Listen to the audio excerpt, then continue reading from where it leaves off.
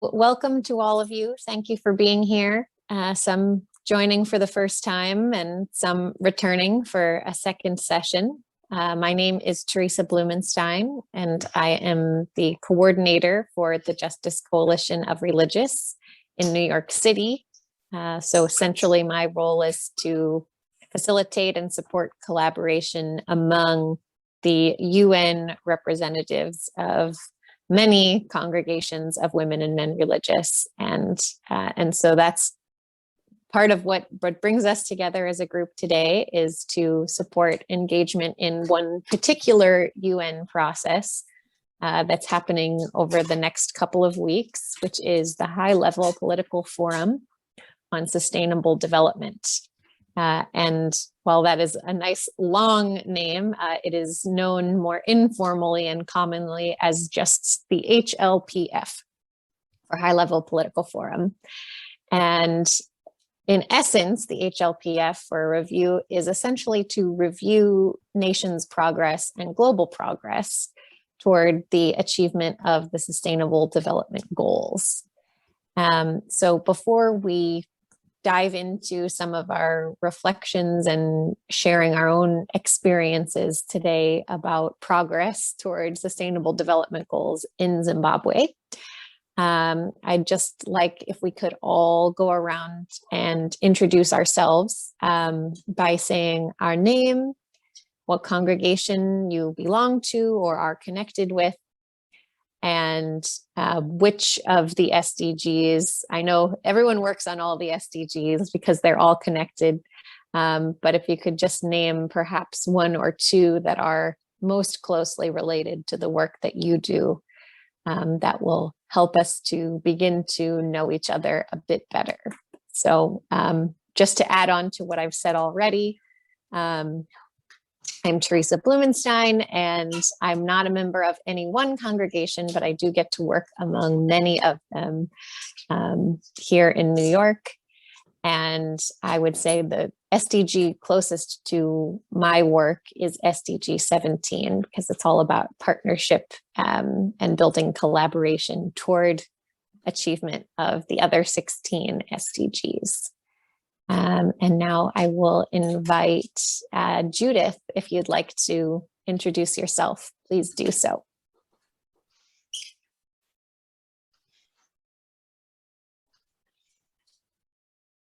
I'm Judith Bingura, presentation sister. Currently on the leadership team. And what is the message to say? The SDGs. Well, I suppose the SDGs for me, they're very passionate. I like them because one of our sisters, Sister Lynette Rodriguez, was very big in that. So when she was in the province here in Zimbabwe, Zambia, she really got us, a number of us interested, including me. So one of the ones which I'm very passionate about, although I'm in leadership, is about quality education. And the one also I couldn't remember, you should do with the women and children. So those two in particular. Thank you. Thank you, Judith. And Caroline, would you like to introduce yourself?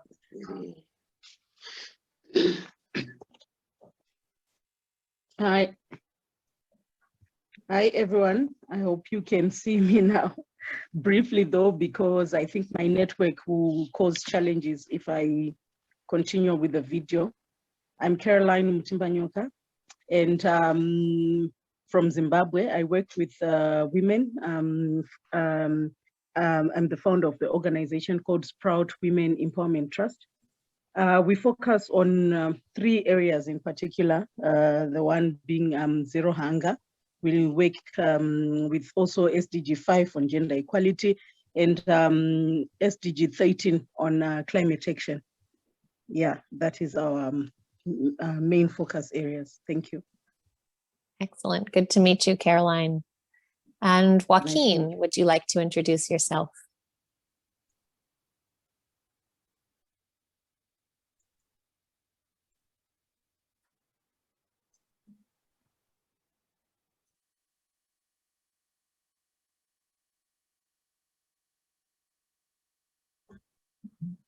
We're not hearing you, Joaquin.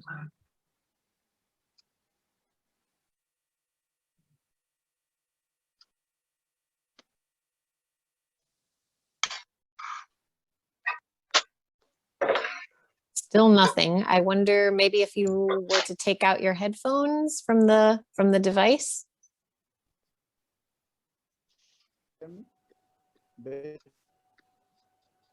I can hear you, but I cannot. We're starting to get something. It's very faint. Oh, maybe it's very low. If you can maybe speak closer to your screen, maybe that will help. Oh, okay. Yeah, the mic is somewhere here. Yeah. That is better. Yeah. My name is Joaquin. I belong to the Claretian missionaries. If I have to choose the SDGs that I am more involved, I will choose the first one, that is the eradication of poverty, and number 4, about the issue of education, as Sister Judy was saying. Thank you. Thank you, Joaquin. And Faith, would you like to go next?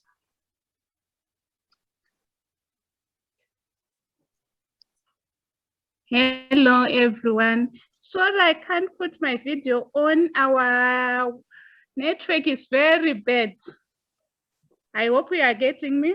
Yes, we hear you. I'm Faith. Okay.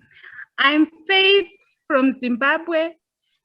I'm a representative of the CJIBCM, and I'm the JPIC coordinator for Zimbabwe region.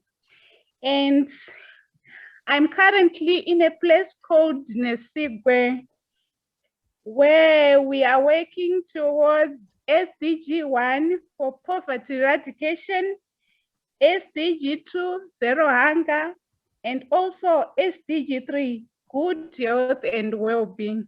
Thank you. Great. And Faith, am I correct in saying we were together in Victoria Falls last year?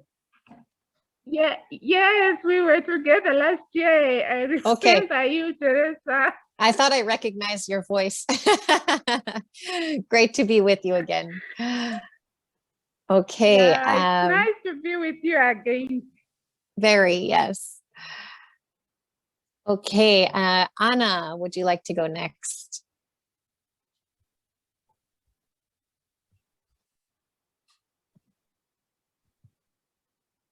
Anna Mubaiwa.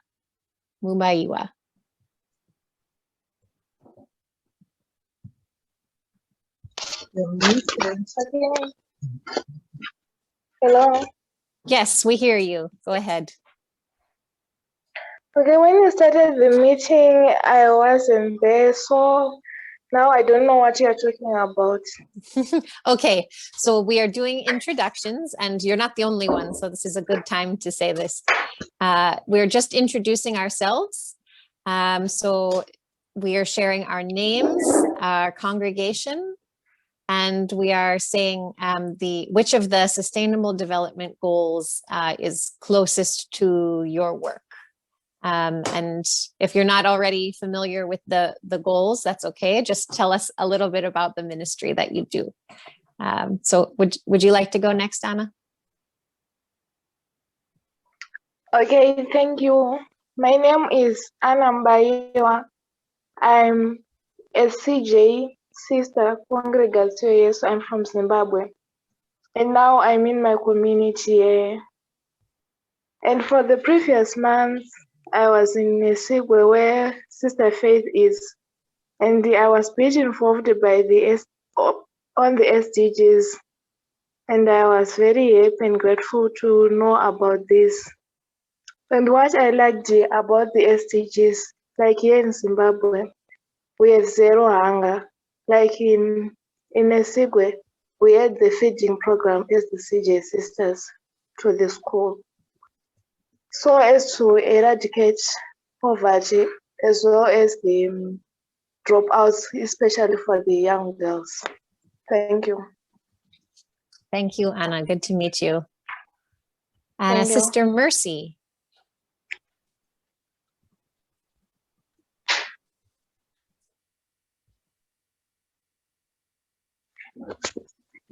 Hello. Hello. Yes, Hello, we hear everyone. you. Okay. Nice to see you, special sister Veronica, for years. Oh my You mentored goodness. me. Is that Yeah. Mercy? Oh, hi. I wish I could see you properly. I can see your picture. Okay, I'm working on my video. You will see my face. Thank you Good. so much for inspiring me to be a social worker. Oh. Well, thank you. I You've Miss gone Shumba into Mini. many things. I belong to the Congregation of Jesus. Yes.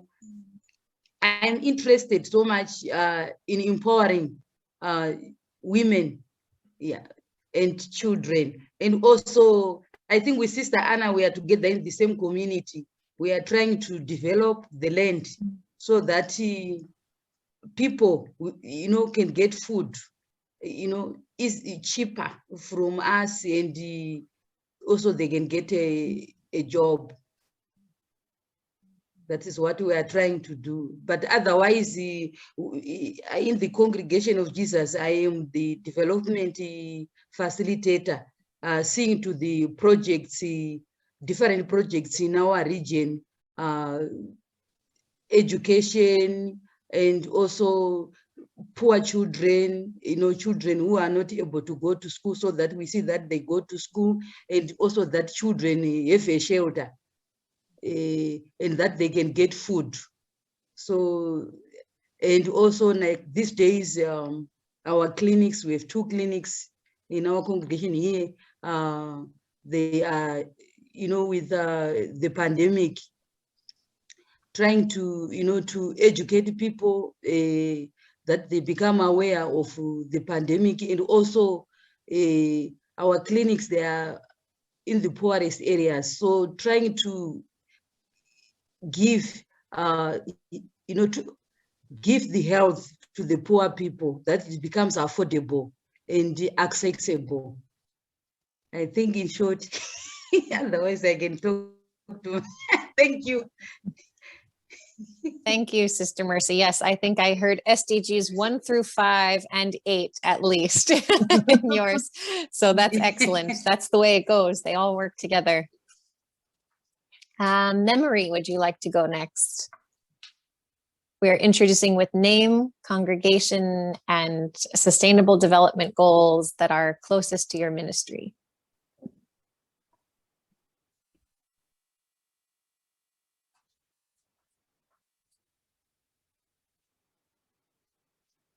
Memory Mapfuti, are you there?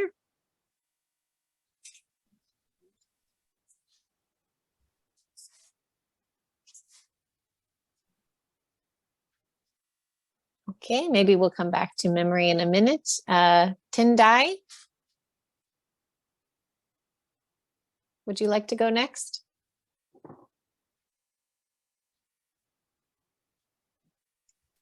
Everyone's muted. Is that the Yes. problem? Yes. Oh, there you are. I'm Sister Tendai Chiromo from Zimbabwe, the Congregation of Jesus. And I'm doing accounting and administrative work.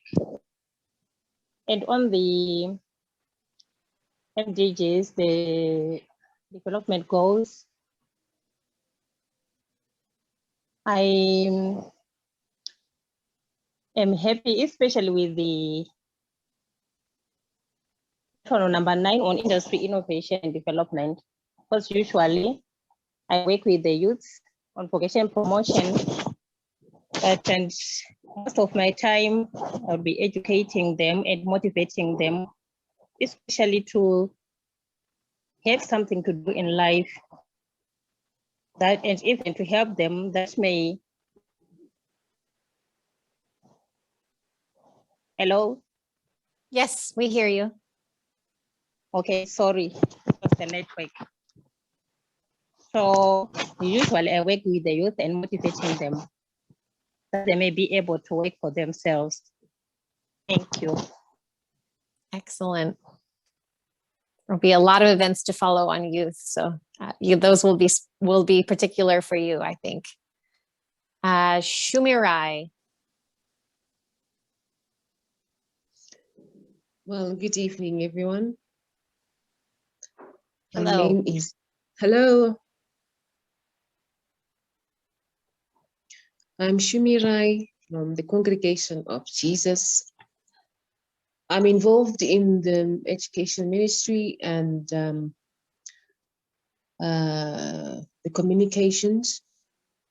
I can relate to the SDG of quality education, where we try to communicate as much as possible what is happening around us, especially during these trying times of the pandemic,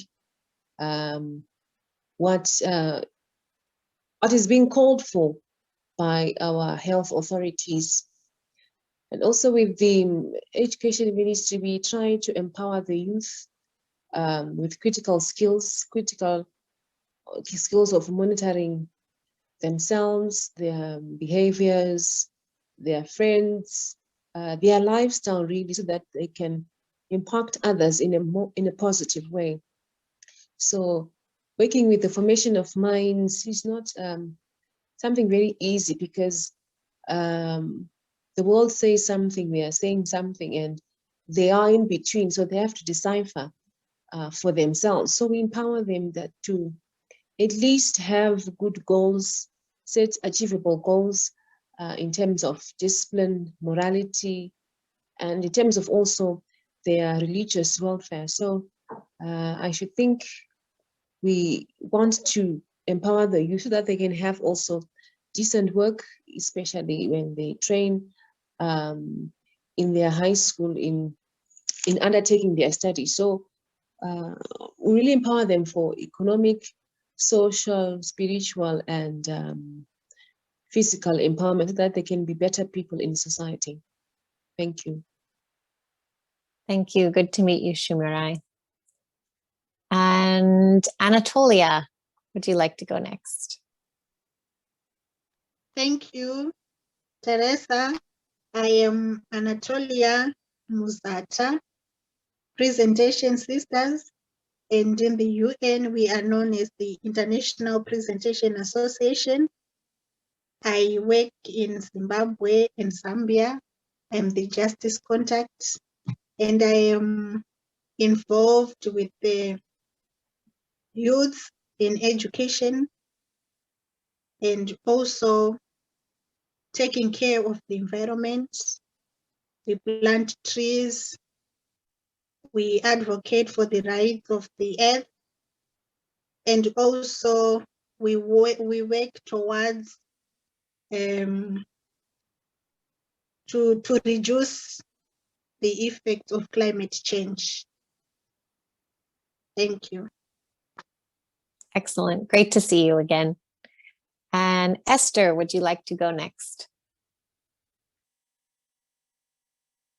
In case you didn't hear Esther, we're introducing with name, congregation, and sustainable development goal, or 2 or 3 that are closest to your ministry.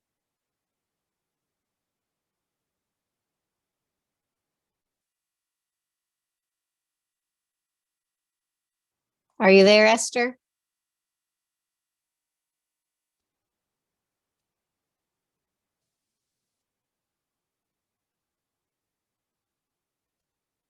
Okay, Esther must be having trouble hearing us. If you can hear us, Esther, you might be muted, so we're not hearing you.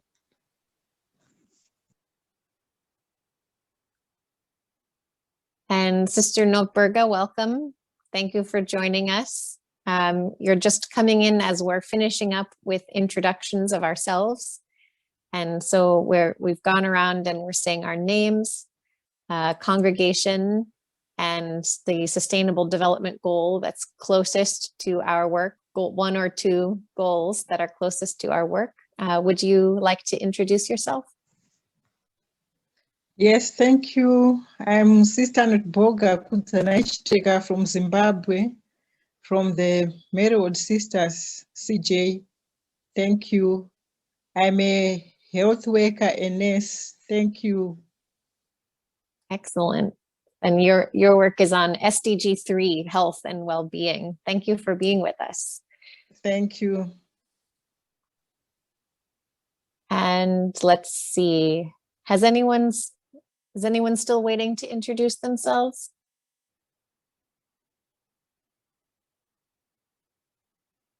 I think everyone has gone. Okay, and Esther, I hope you can hear us if you are still there. And if you are able to get yourself unmuted later on and want to introduce yourself, you're most welcome.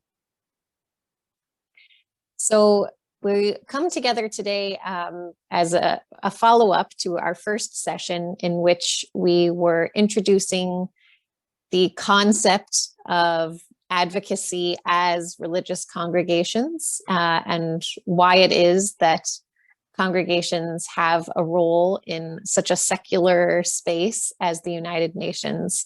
And kind of the key point to take away from that conversation was that there's a deeply spiritual nature to the work of global advocacy and global systemic change that is happening at the United Nations. And it calls for a special kind of voice and fidelity that religious congregations do bring through their role as non-governmental organizations within the UN system. And so we have a long and abiding presence there as a community of representing over 200 congregations around the world to help stand by the implications of Catholic social teaching, which are very, very closely related to the charter or the mission of the United Nations itself when it comes to safeguarding human dignity and being good stewards of the planet, preventing war and all of the violence and deprivation and poverty that comes with it. These are all missions of the UN, and they're also missions of our congregations. And so here in the meeting space of a UN conference, we all have a voice, an important role to play. And that's why that space is not just for governments, but also for all of us in civil society. And in our first session, we also discussed kind of more of the particular details of this conference that's beginning next week at the UN, which is the High-Level Political Forum on Sustainable Development, or HLPF. And in that, we were discussing this is the primary time during the course of the calendar year for governments of the world to make a presentation on the global stage to say how much progress they are or are not making toward the achievement of the SDGs, the Sustainable Development Goals. And they're not required to make a report every year, so they submit instead something that's called a voluntary national review. And they're not compelled to do it, but they volunteer to do it every couple of years, most of them. Some governments still have not reported, but fortunately, Zimbabwe is reporting this year and actually is reporting for the second time. So you'll have a government report to follow as that presentation will happen toward the end of the forum in the second to last day is when Zimbabwe will be reporting. But there's much more to the forum than just these government reports. There's a great number of smaller events happening throughout, starting next Tuesday. And so during our time together today, I'll offer some ideas and suggestions for particular events that you might be interested in following. Given our connection as members of religious congregations, we're members of larger networks of NGOs who work together at the UN, and we'll also look at some other events where we might expect to hear other voices from civil society in Zimbabwe. And so I'll highlight all of those for you during our time together. But before we get into all of that kind of technical detail and how to follow all of these things online, I wanted to connect again with a reflection that we introduced and began in our first session together, which was to take a look at the national report that was submitted by Zimbabwe, either from back in 2017 or from this year, and to really take some time to reflect on it as it compares to your own experiences as individuals who maybe have lived your entire lives in Zimbabwe or who have just spent some significant time there more recently. And to begin to bring forward some thoughts about where you see these reports really are accurately reflecting your experience, where they're maybe not reflecting or actually conflicting with your experience, and also identifying some places where you see there's simply a gap. There's a hole in the story, some important piece of information or the reality of some community is not being included, it's not being reflected in the report. And so this is kind of a three-part reflection where we see alignment or agreement with our experience and the reports, where we see conflict or some discrepancy between our experience and the reports, and where we see a gap or a need for additional ideas or additional information to be added to the reports.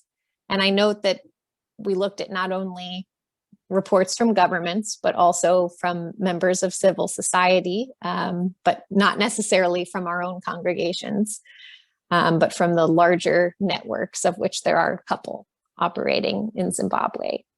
And so at this moment, I just want to open the floor for sharing from anyone who, hopefully some of you were able to spend some time looking at some of these reports between our last session and now, either government report, civil society report, or both.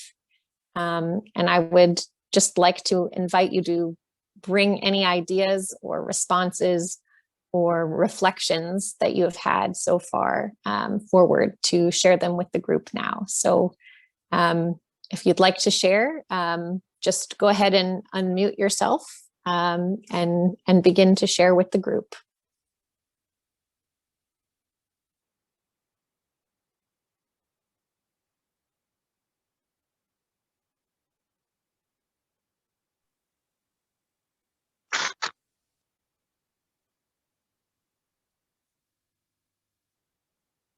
Anatolia, would you like to? Sure, let me start. Okay. Okay. I managed to go a bit with the government's report, and there were so many conflicting points in the report.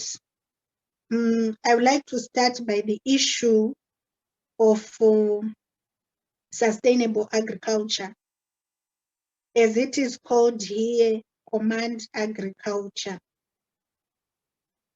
Looking at it, really like having experience from family members who have tried to apply, like they say they give inputs for agriculture. So for them, they didn't get, like the inputs for agriculture.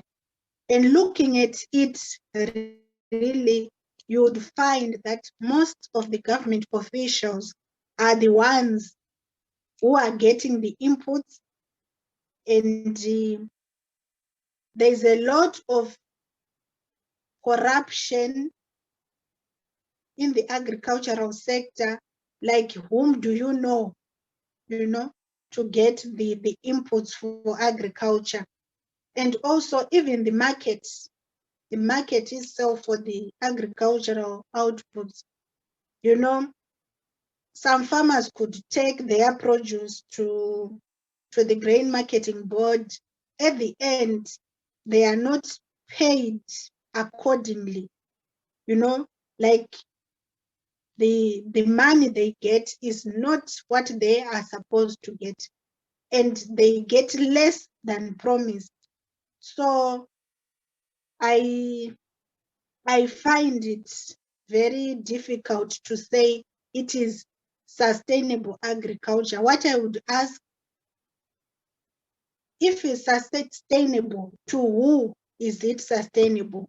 Is it to the general populace of Zimbabwe or to certain individuals? Then last year, still on agriculture, there was the Pfumvudza program. This is called, it's kind of, they call it climate smart agriculture. The government, again, in rural areas, people were asked to dig holes, during the dry season in preparation for the rain season. People, they did. Some, they got the inputs, but when it came to, like when the crops were maturing, people were looking for the top dressing fertilizers. To some, they didn't even get the fertilizer, and their harvest is not sustainable. And some received the input later, and I heard that some who received it, they tried to keep the fertilizers for the next season, but maybe the fertilizer was of poor quality. They couldn't keep it because it was melting. And in the process, people lost their yields because they didn't get sufficient input to sustain them.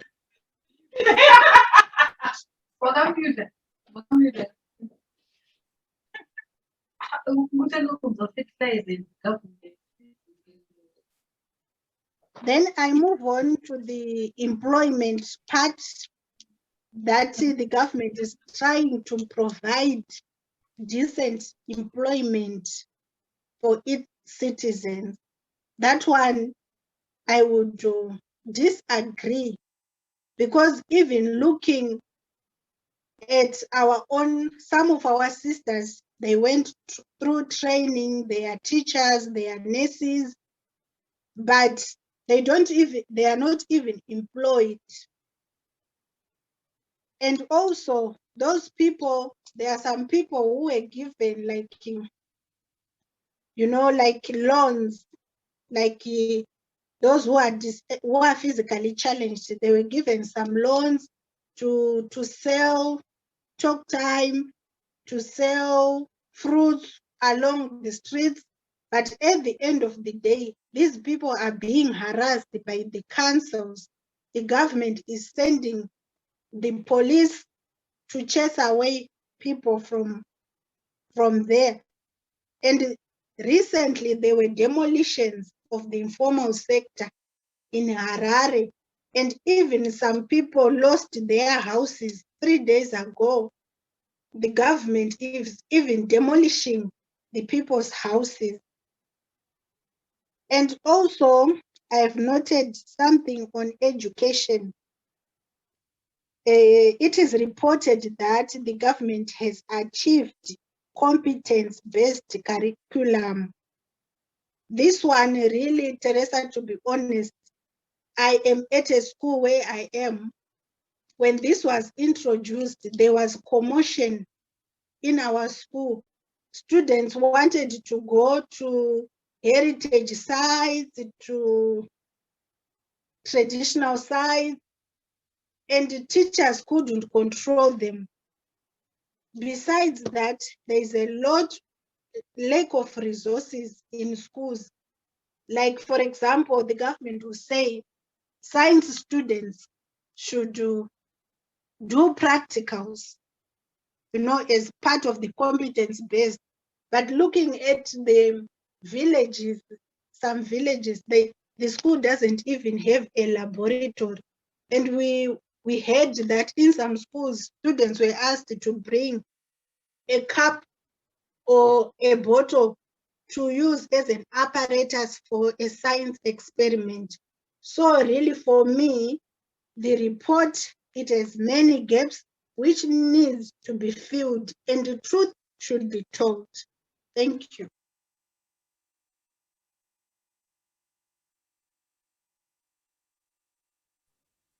Thank you, Anatolia. That's a good and helpful place for us to start on many different issues.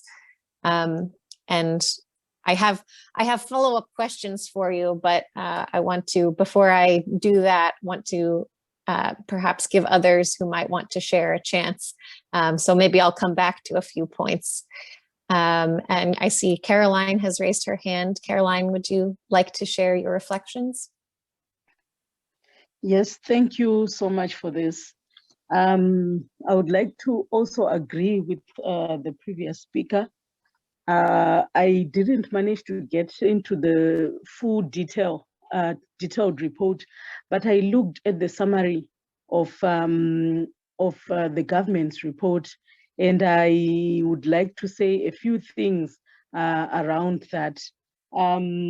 Firstly, when you look at the SDGs and their relation or the implementation of the SDGs on the ground, vis-a-vis the document that the government is putting up, like for example, the NDS one strategy document that they claim to be aligning to the SDG implementation.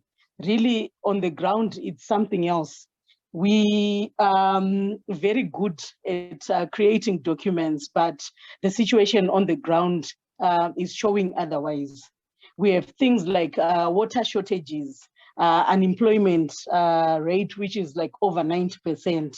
The markets of, Zimbabwe being a place where people rely on vending and informal work.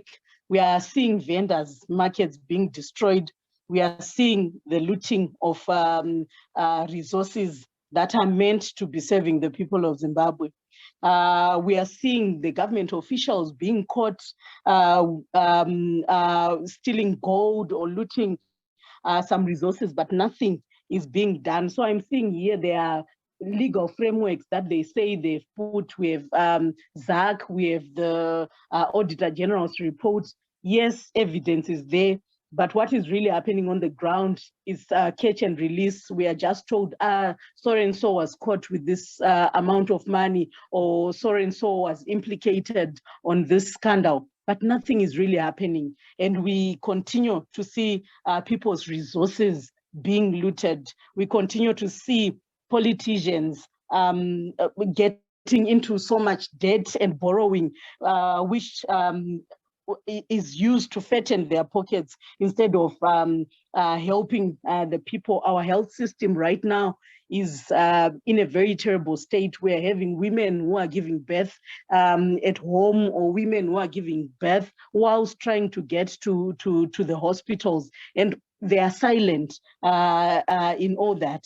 In a crisis, women and children are the ones who suffer the most, and we are really finding these challenges very disturbing versus the picture that is being put on the ground. There's so much poverty, and with COVID-19, it's even worse. There are no cushioning mechanisms on the ground to ensure that with this COVID situation and the economic meltdown, at least people can get something that can help them whilst they are not working or they're not fending for themselves. There is nothing like that. So we are seeing even the vulnerable groups being let down. And I can't even get to touch on the issue of Fumvudza, or the issue of this smart climate agriculture that is being talked about. Yes, it's something that, is being, they are talking about, and the pictures and everything that you see shows that okay, there's an improvement. But really, when you go on the ground, I had the privilege of working in Mutare, in Chiadzwa. You can imagine Chiadzwa, it's a place where I thought with the gold and diamond, with the diamond that is there, you'd expect to see at least a better school or a better hospital. But we were going there with food aid from WFP to actually help those people with 7.5 kgs of mealie meal, with a little bit like 1.5 kgs of beans and 750 meals of cooking oil. And those people are heavily relying on food aid. And there is nothing that shows that they are in a space that is rich with minerals, and they are also benefiting from the proceeds or the resources that are coming from their area. So I'm reading this and I'm in shock because there are good things on paper, but implementation is something else which is very different.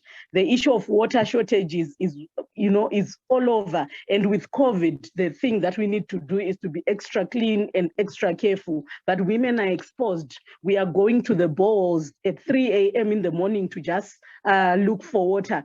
And whilst we are at that, there are so many things that are coming up in that space where you are finding women being harassed, being raped, and people controlling the water points, also taking advantage of women and girls. And we are finding all sorts of things, people being killed just so that they can get that precious liquid. We are finding that our councils are not performing up to par. We have dirt all over. We have people who are just throwing rubbish everywhere because it's not being collected. So we are at risk of, all these diseases and typhoid. You can imagine on top of COVID, we are not safe. And I'm surprised with this document, which looks really good and, shows that, okay, there are some improvements. I'm not refusing that something is happening, but to say that it's enough is not a correct way of putting it. And I think we are just good on these documents, but translation and what we see on the ground is something that is completely different. Thank you. Thank you, Caroline. Yeah, we've also covered so many different categories. And I think the several big themes too, talking about, there are efforts in place and there are a lot of documents in place that are meant to reach the reality that is promised by the SDGs. But then when you go specifically to the communities you serve, you see it's a different reality. So even if some people in the community are receiving some aid in different ways, that it does not reach everyone, and that the need is still a very high level and a very dire level for so many, especially women and children, as you mentioned. Thank you for that reflection. Are there any other reflections anyone would like to bring forward after having reviewed either government or civil society report on SDG progress?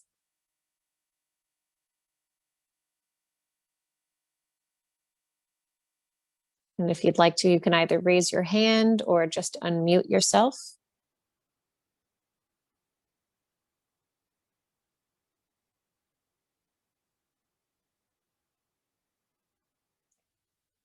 And if there's anyone that hasn't read the reports, but if you'd just like to respond to something that you heard perhaps from Anatolia or Caroline, that's also welcome, or something you'd like to add.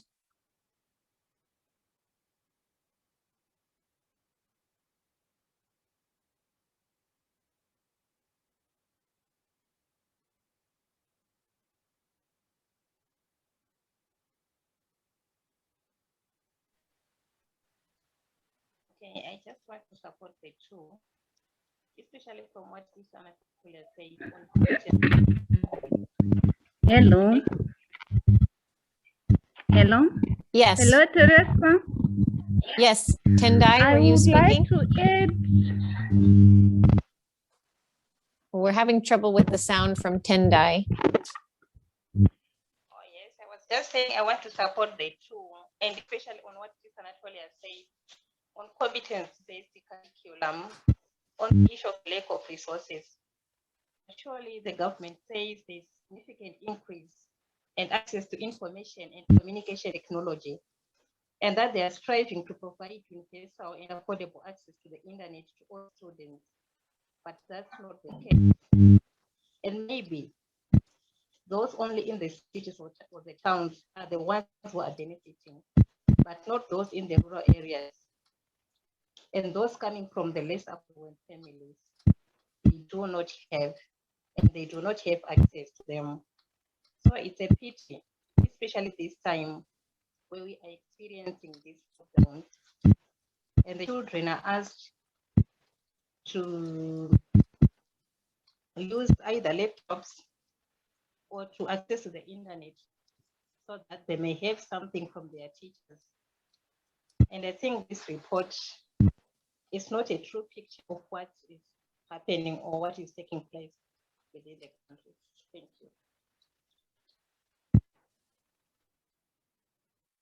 Tendai, it was difficult. I heard some points, but I'm going to ask for some clarification. I heard you were talking about digital access, and that it's particularly, while the government says they're making an effort to improve internet access, that it's really not reaching the rural regions, which is particularly challenging for children during this COVID time and trying to get involved in the competency-based curriculum and schooling, which Anatolia brought up.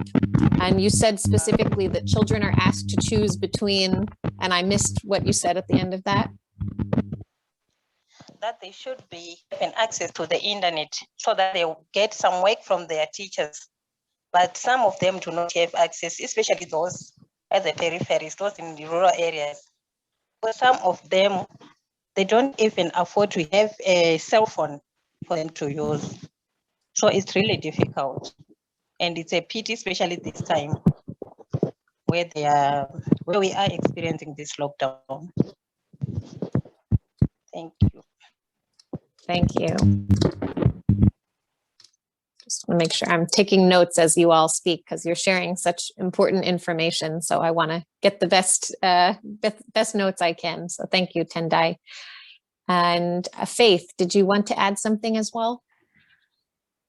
Yes, I wanted to say that I concur with what the speakers who have spoke before me, with what they have said. And what I wanted to add was on the progress that they say has been recorded in reducing all forms of violence and related deaths. But from what I have noted from here where I live, is quite a pity that, especially during this time of lockdown, especially when all the people were at home, many people were not going for work, the students were not going for school. So we have noted that violence, yes, all forms of violence, yes, have been on the rise. And so it's quite disturbing when the report says that progress has been made in reducing those types of violence, whereas in the actual case, they are increasing every day. Because if you find that, especially here in the rural areas, the people are now spending so much time together. And at the end of the day, there is domestic violence and the children are abused. So I have noted with concern that many students were not able to come back after the lockdown because they are now pregnant. Thank you.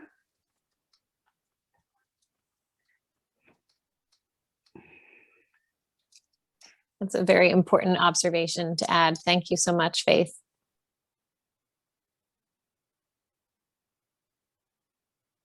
there anyone else who would like to add to what we've been hearing from our sisters so far?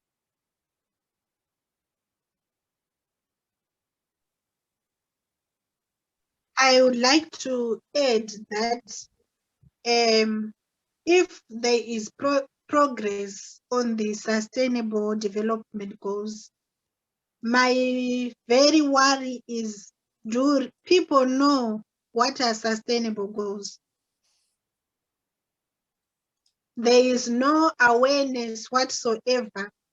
And I read something about leaving no one behind. And I was saying the entire populace of Zimbabwe has been left behind because people, they do not know what are SDGs. There is no education at all.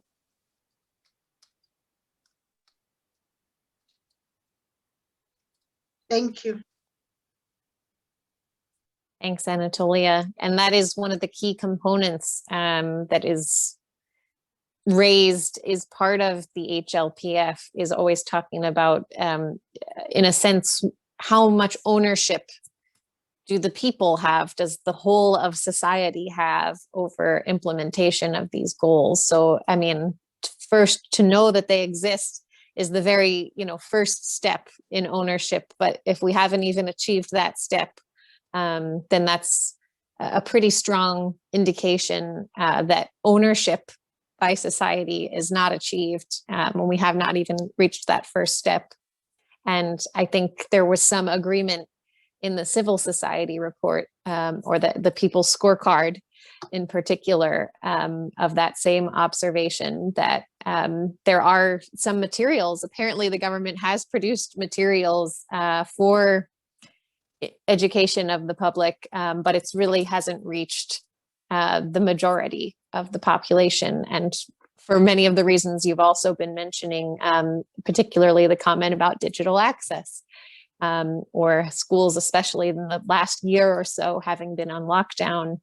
All of that is an interruption to communication, which means that if only digital tools are available, then there's certainly going to be a breakdown in that communication. Is there anything else anyone would like to add or to share? I feel everything has been said. Myself, I suppose it's only hearsay, really.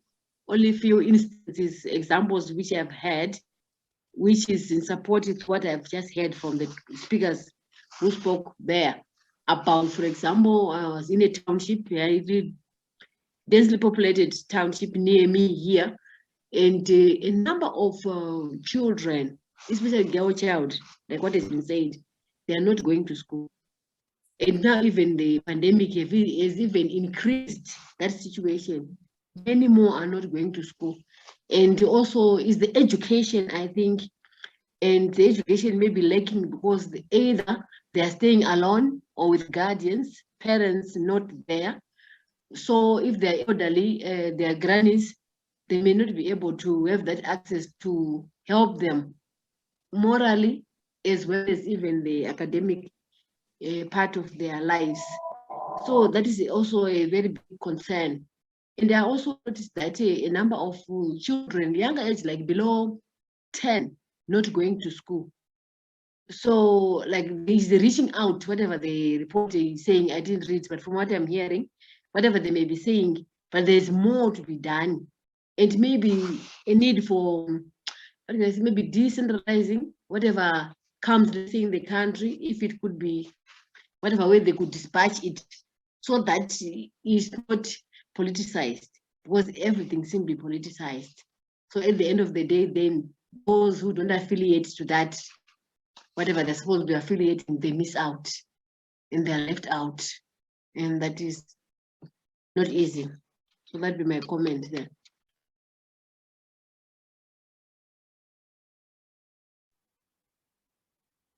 Great, thank you, Judith. And that I point out, it's really helpful that you've included in your observation, particularly thinking about the age group of girls under 10, because when we talk about kind of adding observations and trying to tell the story more completely, it's helpful however much detail we can add to say which communities are being left behind. That's very helpful detail when we want to bring forth an idea or a recommendation into the global conversation. So thank you for that detail. And Caroline, you have something else to add? And then Veronica? Yeah, so I wanted to say that the SDGs, this is like a global document. When we are looking at our context in Zimbabwe, we talk about things like even the constitution itself, constitutional awareness, It is something that is like a conversation for the elites. And people in the rural areas or people who are disadvantaged really find it difficult to understand even the Constitution itself. So these documents, or when we talk about SDGs, it's as if it's also a conversation for the elites. And it's something that does not even get to the people on the ground, because you are looking at it and then you are wanting to compare with the aspirations that are there, where we are really hoping to get to. But what we are facing is something that is completely different. I wanted to add on the issue of youth and how the youth right now are being involved in drugs. And that is a huge thing and a huge crisis that we are facing, because we, as the youth, we constitute like 68% of the population. And when we look at economic inclusion, we are nowhere close to getting there. When we look at inclusion in leadership, we are nowhere close to getting into such spaces. We are looking at even the issue of the government putting more restrictions that infringes or that limits us to grow as the youth. Look at the Constitutional Amendment Bill number 2, and look at how they want to just give the youth 10% to be a part of, being a part of the parliament, just 10% of the youth, when we are the largest number of in terms of population. You look at women and we constitute like over 52%, but the 50-50 that we are hoping for, even in terms of leadership, we are nowhere close to realization of that reality. So there are so many things that we are facing on the ground. The issue of, I liked someone who talked about the issue of education and how everything is now virtual and online. And you look at school building blocks that are so poor, and people are still studying under the trees in our country. And you talk about online learning to someone who doesn't even know what a laptop looks like, to someone who doesn't even think about accessing a smartphone. It's I look at this document and it's like a dream, but reality says otherwise. I just wanted to add that, because that is what I'm seeing even with the women and girls that we're working with. Thank you.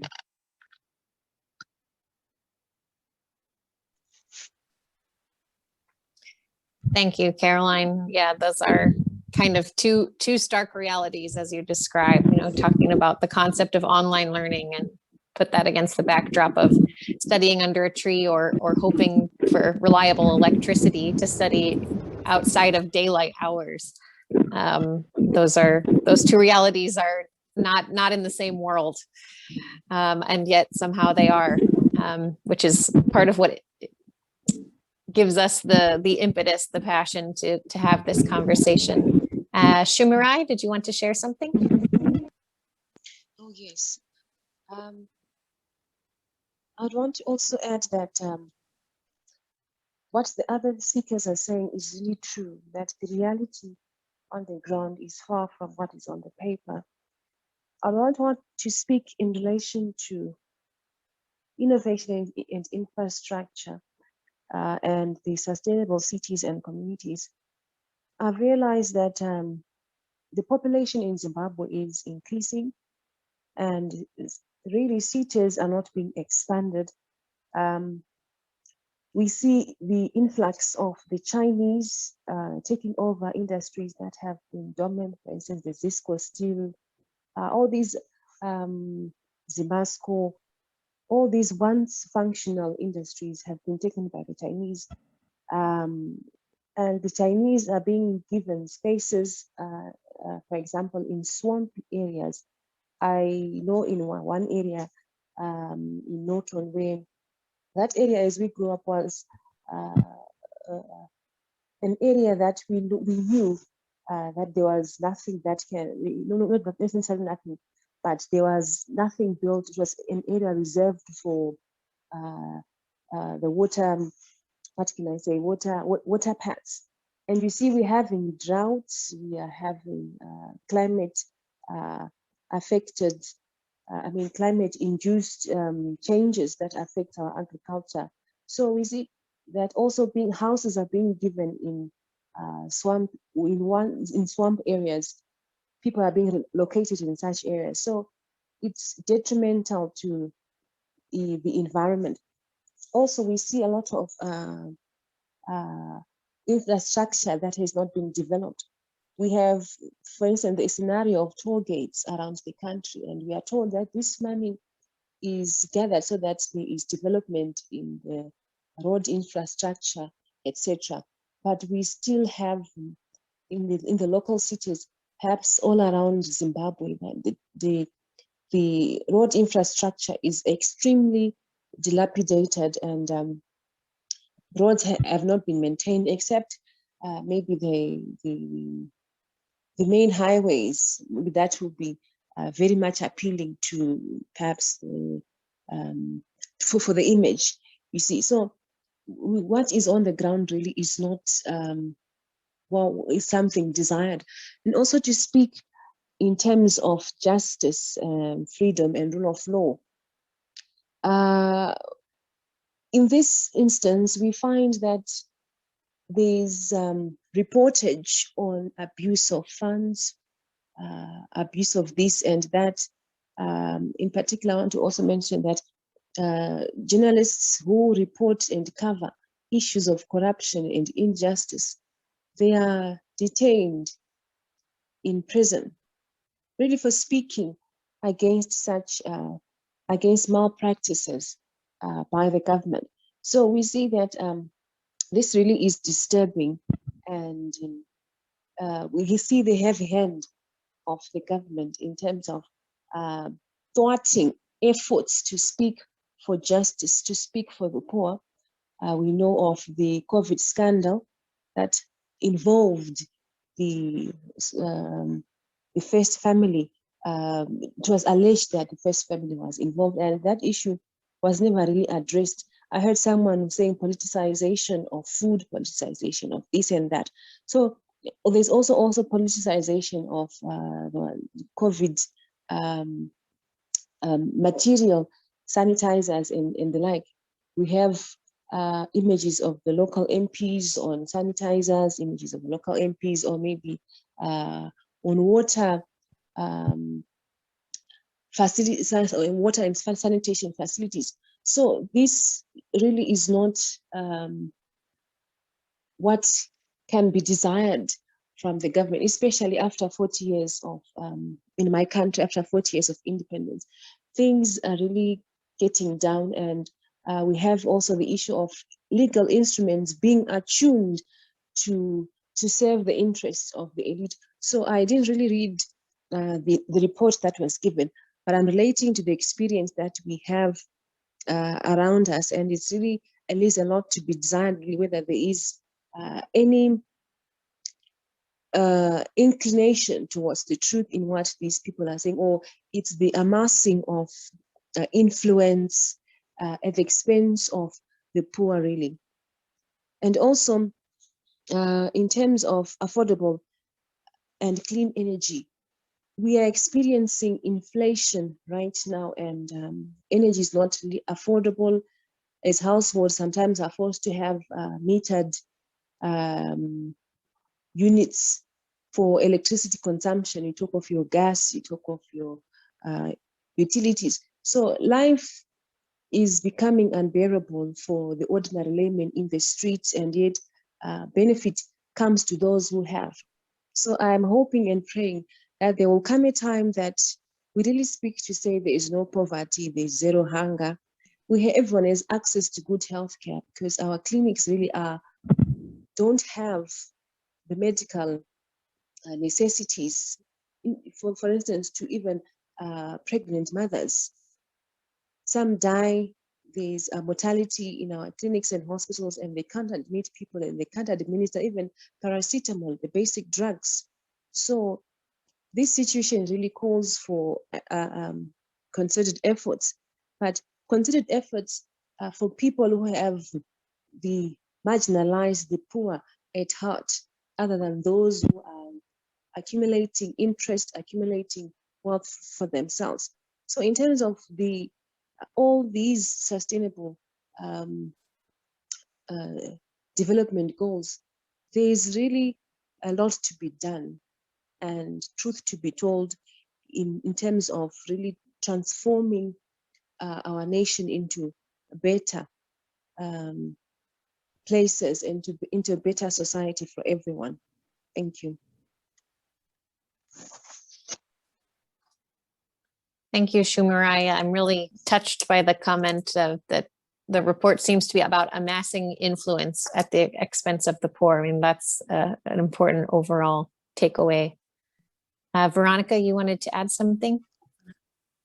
Yes, I didn't say this at the beginning, but I represent our congregation, Religious at the Sacred Heart of Mary, at the UN. But I've worked more than half of my life in Zimbabwe. I'm from Zimbabwe. But what strikes me as I hear your sharing, which has been very disturbing but not surprising to me, I think. One thing that strikes me is a goal that has not been mentioned, but is at the core of much of what you're speaking about, I think, is goal 10, inequality. And I was especially touched by it when Caroline was mentioning about Chiadzwa, because, here you have a diamond mine, a great discovery, and yet people impoverished and more so because of the presence of that mine. And I go back 30 years and more to where our sisters were in that area at St. Andrew's Mission, and it was considered one of the poorest areas of the country, most affected by drought.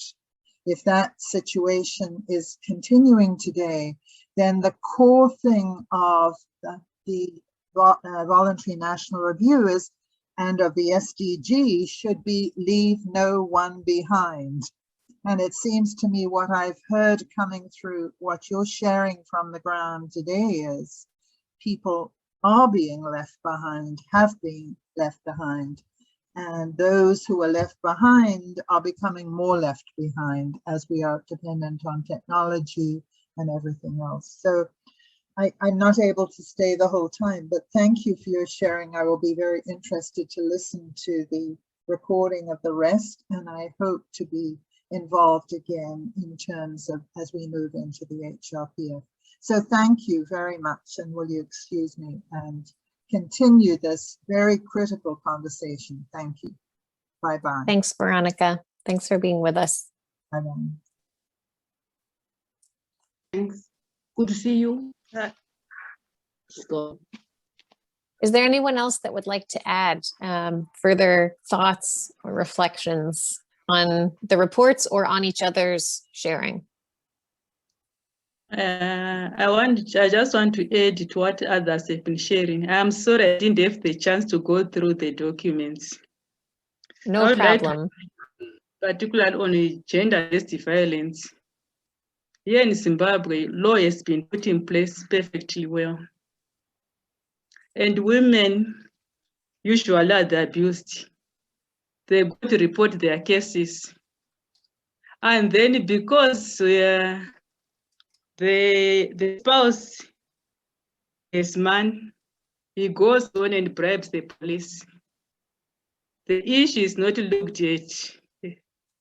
The woman loses the case.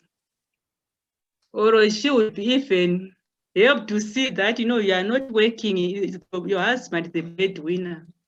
Once you report your husband and is in jail, poverty in your family, what are you going to give your children?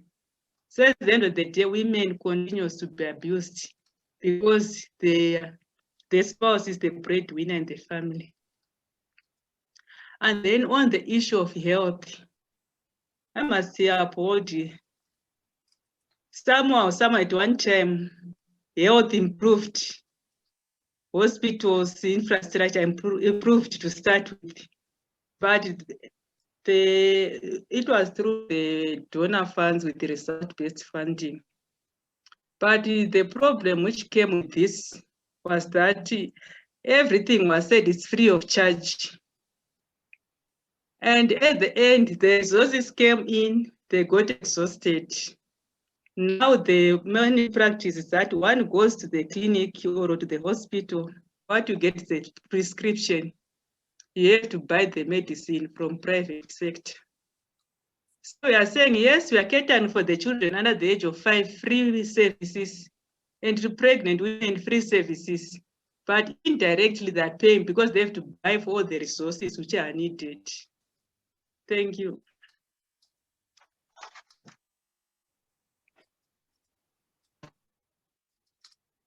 Thank you for that. And Esther, since we missed you at the beginning, could you also tell us your congregation?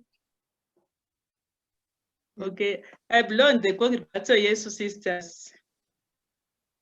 What was that again? Congregatio Jesus Sisters, CJ. Ah, yes, Romero okay. Sisters.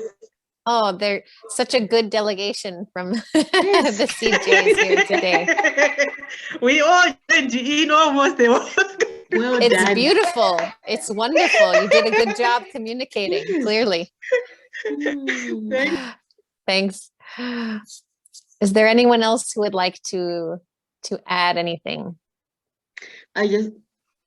Yes, go ahead, Judith. Just wanted to follow up on what Sister Esther has just said. Like I've heard this a lot in our country about the catering for those below 5 years, children below 5, and the mothers for free.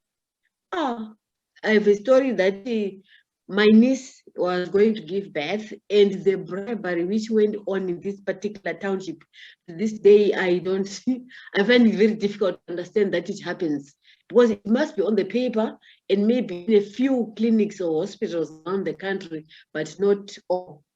And it's a very sad thing, because that time when she gave birth, sometime end of last year, she could have lost her first baby if my nephew hadn't bribed the nurses, as it were. And I mean, in the end, it was about $100 US. And for someone who is self-employed, it's very difficult. So like maybe those efforts have been made, but really, truly, honestly, more needs to be done, especially on the ground. Just wanted to say that bit. Thank you, Judith. Yeah, that's a very illustrative example of a big difference between a policy on paper and I wonder if either of you might like to add, do you get the sense, are most people aware of that policy is on paper, that they are entitled to free health services as pregnant women or children under 5? Are people aware of that policy?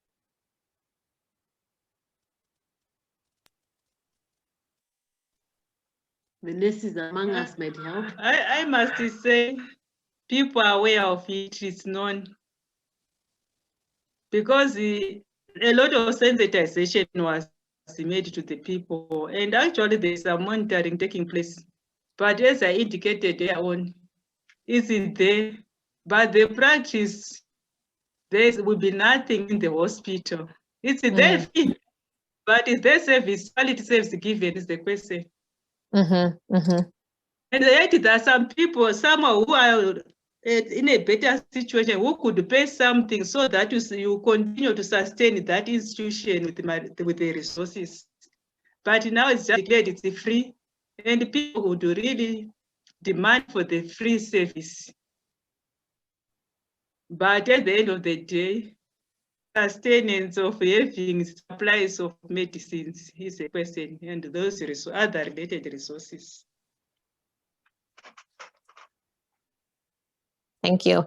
It's an interesting, so you mentioned there was a good, successful sensitization campaign. I wonder if they could try the same strategy for sensitization about the SDGs or other rights and other policies that they've promised on an international stage. I wonder how that would work and how it might reach people. An interesting thought we might think about as a potential recommendation down the road. Are there any final thoughts that anyone would like to share before I just give a quick overview of how the program will look for the forum these next 2 weeks, and offer some suggestions for events you might be particularly interested in?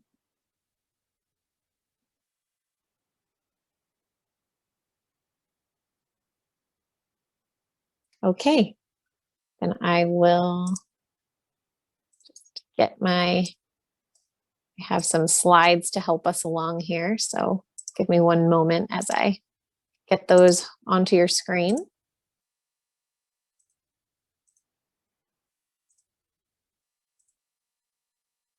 Hopefully it appears any moment for you.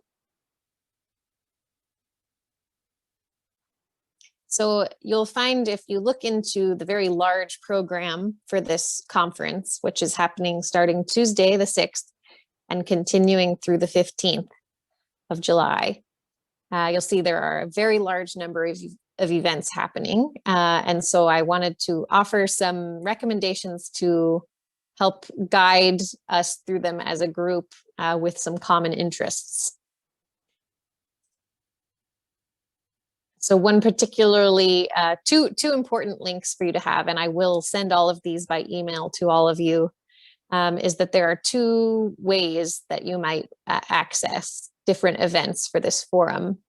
And one of them is for the official program events. Those are the ones being conducted by UN agencies and are considered the official program sessions. And that's through UN Web TV, which I have a link to right there. And you can watch those sessions live, but they're also frequently recorded.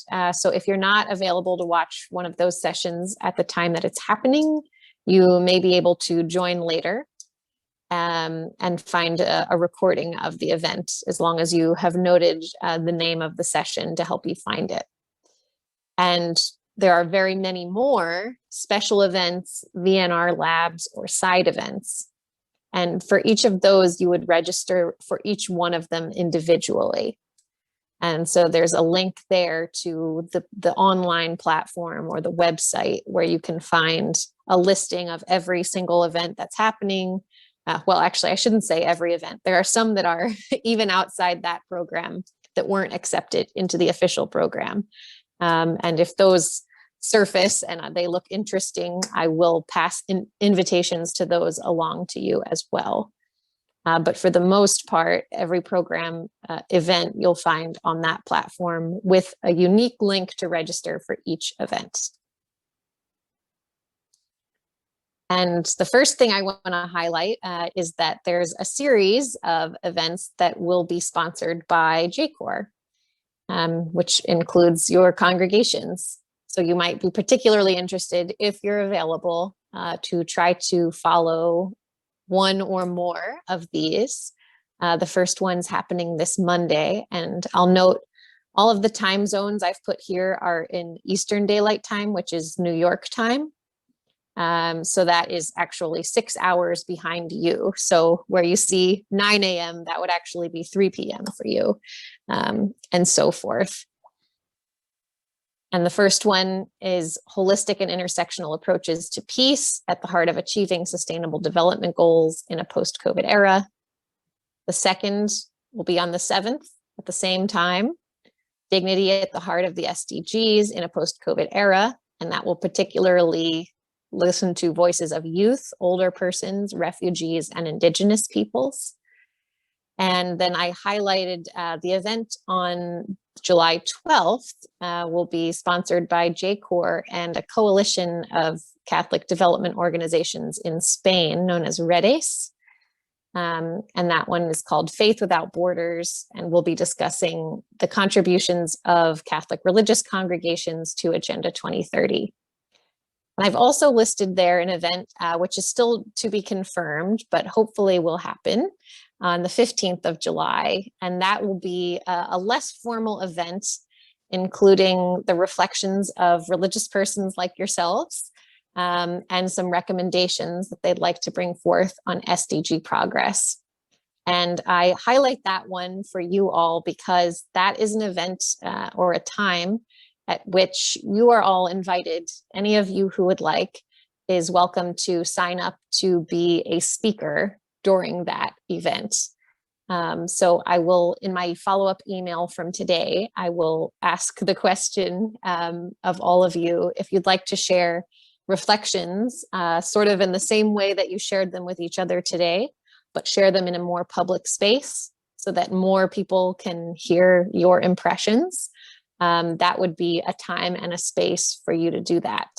So I'll contact each of you to find out if you'd be interested in offering some of your ideas and recommendations as part of that event. And I'd also highlight there are a couple events being sponsored by members of our coalition. One on July 8th that's focused on SDG 10 inequalities. And that's being sponsored by the Sisters of St. Joseph, the Presentation Sisters, and the Religious of the Sacred Heart of Mary. And an event on the 14th, which is being sponsored by the Sisters of St. Joseph, the Dominicans, Religious of the Sacred Heart of Mary, Sisters of Notre Dame de Namur, Franciscans International, Maryknoll Sisters of St. Dominic, and Vivat International, which is another large coalition of many religious congregations. And that one will focus on extractivism and its impact on the SDGs and COVID-19 recovery. And the rest of these recommendations, I won't go through one by one, but just to say that I've collected all of them for you to make it easier for you to take in the large program of offerings for this conference and compare it to your schedule and see what might be possible and what might be worthy of your time. And I'll also add that even if you're not available at the hour the event is happening, many of them will offer recordings afterward. So if you see something that's very interesting to you, I recommend registering for it, even if you're not able to attend live, so that perhaps you can get the recording and view it later at a more convenient time. And so on this slide, there are many events that are sponsored by groups that JCoR members are part of, like the NGO Major Group, the NGO Committee for Social Development, the NGO Committee on Migration, and the TAP Network. And this slide is maybe two of the most important events for those of you who are coming from Zimbabwe. One is on July 9th. There is an event that's being co-sponsored by your government, as well as a few civil society organizations. So at that event, you can expect to hear, at the very least, you'll hear voices from civil society in Zimbabwe, like yourselves. And you may also hear from some member of your parliament as well. And that's happening July 9th, and it will focus on women particularly and how the COVID-19 pandemic has affected them. So definitely an area of interest, given what many of you have shared today. And on July 15th, this might be, if there's one of the most important events you could tune into in the entire forum, July 15th, between 11:30 and 1 p.m. Again, this is New York time. So for you, that will be 5:30 p.m. Zimbabwe's government will be presenting their voluntary national review. So in addition to the very large report that was shared with you and that some of you were able to review already, they will be making a live presentation of some of the key messages and insights from that report. So it may be very interesting to you to see how the government presents itself on the global stage. So that will be happening during that time slot on the 15th, and you can watch that again on UN Web TV. Here are a couple places where there are speakers who will be coming from Zimbabwe who are part of civil society who will be sharing insights that might be of interest to you. And finally, this is a list of events that have to do with Africa as a whole, as a continent. So those might be of some interest to you as well. They cover a variety of different topics. So I just pulled those out from the larger list. in case that would be a help in selecting events that are particularly relevant to you.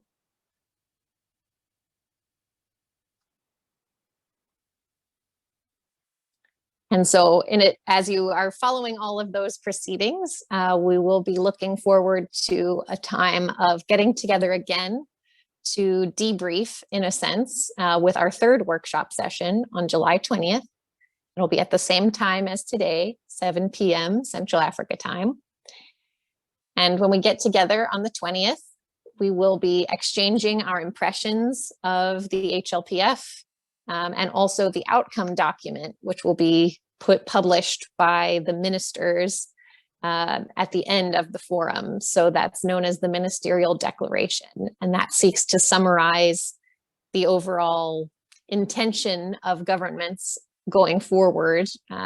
It reflects on our progress as a global community for the last year, and also sets some intentions for how we can move forward and advance the SDGs in the years ahead. So I will, as that document is finalized in the midst of the forum, I will send a copy of it to all of you. And so when we get together on the 20th, we can share our reactions or our reflections on the actual events of the forum, and also this outcome document known as the Ministerial Declaration. And then based on those reactions and reflections, we will together talk about what types of justice issues we would hope to see your government and civil society networks prioritizing over the course of the next year. Where are we seeing the issues that are being most left out or most left behind? And once we've identified those, we'll talk about how we can be more personally involved with the civil society networks in Zimbabwe, and how we can perhaps continue to get together and put out some type of formal report that shares our reflections as a group, and how we can continue to engage as a JCoR-Zimbabwe community. So in order to do all that, what you're invited and asked to do between now and the 20th is to watch the live stream or recording of Zimbabwe's VNR presentation, which is that event I highlighted on the 15th.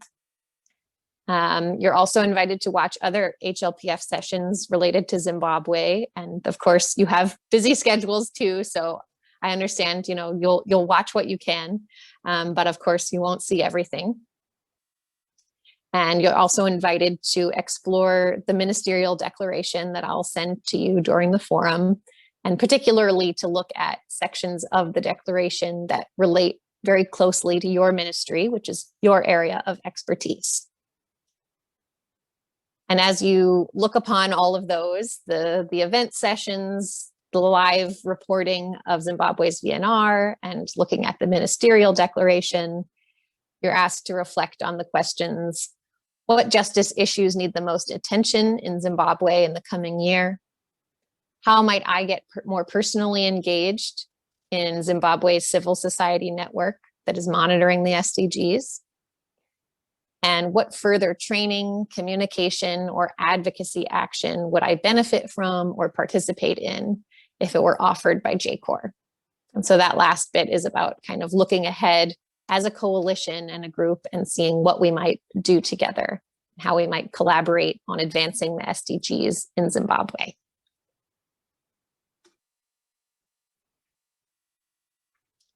Does anyone have any questions following all of that? And of course, I will certainly share all of that because there were way too many words and way too many titles for you to read all at once.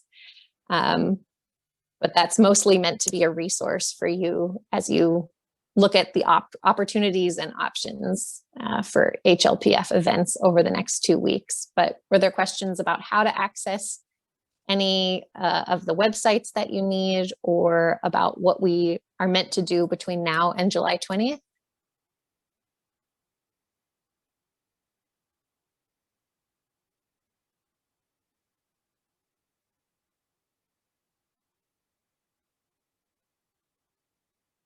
Okay, well, as always, you can reach me at any time that you would like or that you need. My email address is jcor.newyork @gmail.com, and I'll be emailing all of you after this event, so you will definitely have that address in your contacts.